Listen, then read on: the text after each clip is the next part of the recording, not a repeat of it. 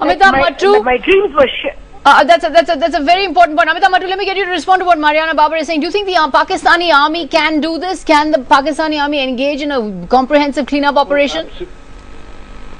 Let me first say more power to the Mariana Babars of Pakistan, and I hope that their tribe increases. I think there's no choice. Yes, groups like the Lashkar-e-Taiba or the Jamaat-ul-Dawa or Lashkar-e-Jhangvi may have some support, but there's no choice. If you do not act now, you'll be left with anarchy in Pakistan, and you're beginning to witness that collapse of the Pakistani state. The reality is that we have been told for a long time that it's a capacity problem, that the Pakistan army needs to take a differentiated approach toward terrorist groups because they cannot take on all of them together. But in reality, what's emerging is that it's a conviction problem. But isn't the problem also compounded by the fact that people in Pakistan seem to be losing faith in liberalism and secularism? You know, if you look at the blogs, it's all about we are an Islamic society, we need a blasphemy law, we need to be tough on minorities. I mean, the bloggers are all supporting a blasphemy law. So there may not be that kind of public support for action against terrorists or Sagarika, you know, I think you would know that from experience elsewhere as well, that radical activists on the bloggers or those who are Twitter or those who are on Facebook do not often reflect real public opinion, the silent majority, and that's also been a fact of Pakistani electoral and public opinion. You have had Jamaat-e-Islami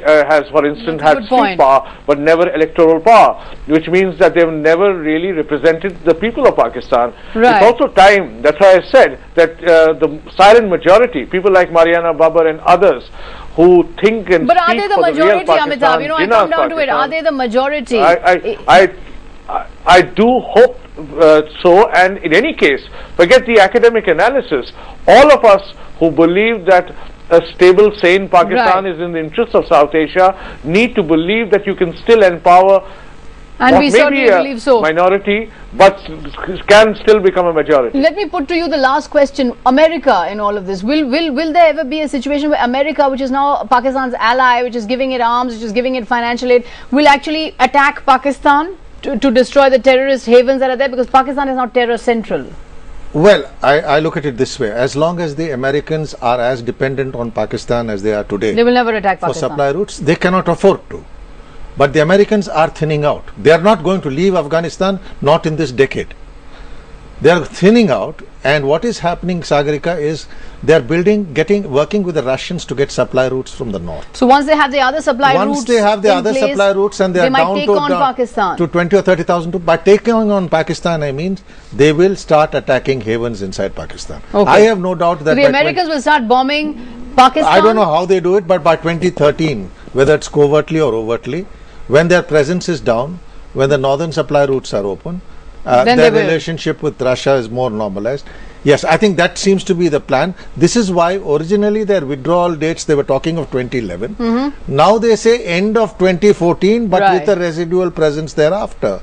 And most of their senators are saying it's indefinite, because it's not going to cost them much with a small troop. After all, they've got 8 times the number of troops in Europe.